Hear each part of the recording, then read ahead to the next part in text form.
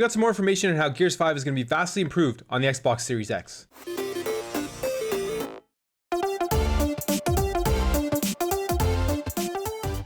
What is up, everybody? Welcome back to another video. If you're new here, thank you for stopping by. If you enjoy what you see throughout this video, hey, maybe consider subscribing to help this channel grow. I'm almost at 1K subscribers, so it'll be really cool to get there before the launch of the next generation on November 10th with the Xbox Series X and S.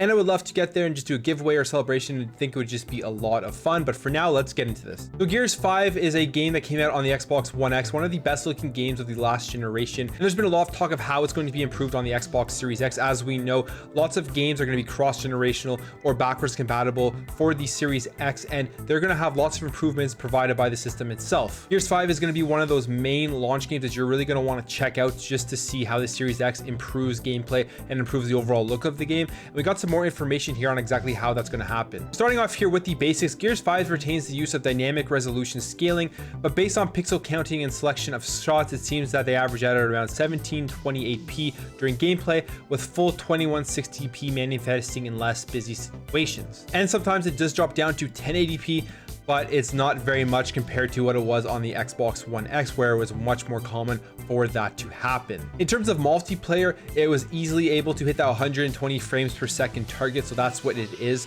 for Gears 5. That is the upgrade you're going to be getting when you're playing multiplayer. If you have 120 hertz display, you're going to be able to play multiplayer in 120 frames per second, which is going to be a big improvement, I think, for multiplayer shooters in general going into the next generation, and obviously a big improvement for Gears 5 itself. But because of that 120 frames, obviously something else is going to have to take a hit, and it says here in the multiplayer mode that it is a little more aggressive with its dynamic resolution solution. Image quality was already good thanks to Unreal's temporal anti-aliasing implementation, and it's improved here thanks to higher average resolution. That's exciting to see that it's going to have a good image quality in 120 FPS in multiplayer, and that's what you want in multiplayer. Is you want those high frames per second. The actual image quality itself isn't as important, although it is important to be able to see your opponent in the environment, but the actual reaction time you're getting because of the higher frame rates is by far most important for a multiplayer shooter. So in terms of the details within the level, the PC version is being used here as the basis, with the settings being bumped up to ultra across the board. And Coalition is saying that the bumps are getting quality of screen space reflections, increasing the quality and number of surfaces using this effect, meaning that on the Xbox One X, there really was no screen space reflections in general. And on the PC version, there's lots. And then on the Xbox Series X, there's going to be a huge jump up in that individual quality in the details for the levels. This is actually a big thing for the details. I've played Gears 5 on PC on a 2080, and I played Gears 5 also on the Xbox One X. And it is definitely better looking on my RTX 2080 on my PC than it is on my Xbox One X. And we're going to get ultra settings or close to ultra settings, and even a little bit more improvements on the Xbox Series X.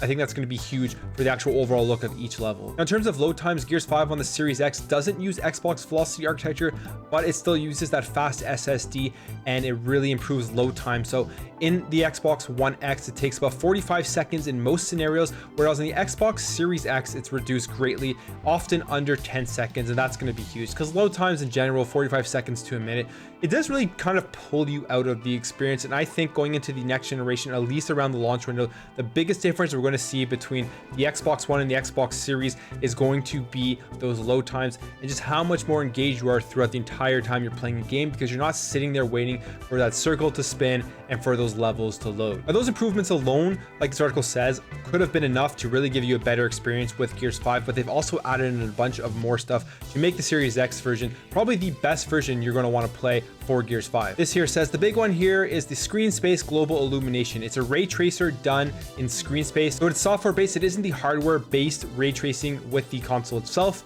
and it takes care of indirect illumination. So what this does is it's going to allow things like muzzle flashes and item pickups to contribute realistically to the overall lighting. So really what this does is when you're playing and you're shooting your gun, you're going to see the lighting off of the gun, the muzzle flashes kind of reflect more realistically around the level and just overall look better. And this point here I think is really important and really good, is that it also takes care of darker areas. Places that were overly and unrealistically lit previously now feature additional detail and shadow on the Series X.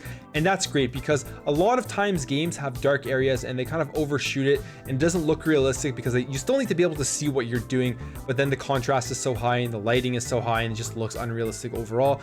And with these type of technologies, these type of implementations, I think that's really going to take care of that. that. Now moving forward here, which I think is one of the biggest things we're going to see with Gears 5 and with the Xbox Series X and S going forward, is the implementation of variable rate shading. Now variable rate shading is one of the big features in RDNA 2, and it's something that is really going to improve the performance of a lot of games going forward into the next generation. So this picture kind of shows you how the variable rate shading works. This here says a visualization of VRS in Gears 5 frame. Red tiles are rendered at full resolution, green at half resolution, while yellow is half horizontal or half vertical resolution. And how this is going to be used is when you're in a scene that obviously requires more power, they're going to vary the shading precision in each scene, which will allow for higher average resolution. And then also will keep the frame steady, keep the frames locked. You're not gonna have huge dips because of this VRS, which I think is a big thing going forward. So Gears Tactics also has variable rate shading in it, but apparently it's not as good as what is shown here in Gears 5. And the reason for that is because in Gears 5, they are using tier 2 variable rate shading, whereas in Gears Tactics, they are using tier 1. And this allows developers to specify the shading rate per draw call, while tier 2 allows more granular control within a draw call, which in general just allows them to have more precision control over what in the screen is being adjusted. And they use edge detection filter to figure out the rate of shading and can vary it across the screen in a series of 8x8 tiles, which is huge because this means that the VRS basically is saving 5 to 12% of rendering time per frame, which leads to a higher average resolution, making for a sharper looking game. So that's massive. VRS going forward into the next gen, like I've said, I think it's going to be a big thing to make games look and run better overall, no matter what's going on within the frame. Overall, they also talk about the feel of the game and how the latency reduction, it just makes the game feel better than it has ever felt before. And that's going to be a lot of fun because it's a shooter and you definitely want those fast twitch actions to be as smooth as possible. But yeah, overall, Gears 5 for the Xbox Series X looks like it's going to be a massive jump in improvement over the Xbox One X. Is definitely a game, although it is an Xbox One game, it is backwards compatible. It's getting all the upgrades from the Series X. It's a game you're going to want to check out just to see what can be done with these older games on the Series X. And I think that's going to be a big thing going forward into the next generation. And that VRS, the variable rate shading, definitely has me excited seeing the implementation on Gears 5 and seeing how that is an example of how this can be implemented going forward. Anyways, guys, that's it for me. Let me know what you think about this in the comments below. Are you excited for playing Gears 5 again on this Series X? Or are you going to be playing it on day one when you get your Series X? And what has you most excited about any of these upgrades for the game? If you enjoyed this video, make sure to hit that thumbs up button. If you disliked it, hit that thumbs down button. If you're new here and you enjoy what you see, hey, maybe consider subscribing to help this channel grow. We're almost at 1K subscribers, and it would be really awesome to get there before the launch of the next generation on November 10th. Thank you for all your support, and I'll catch you in the next video.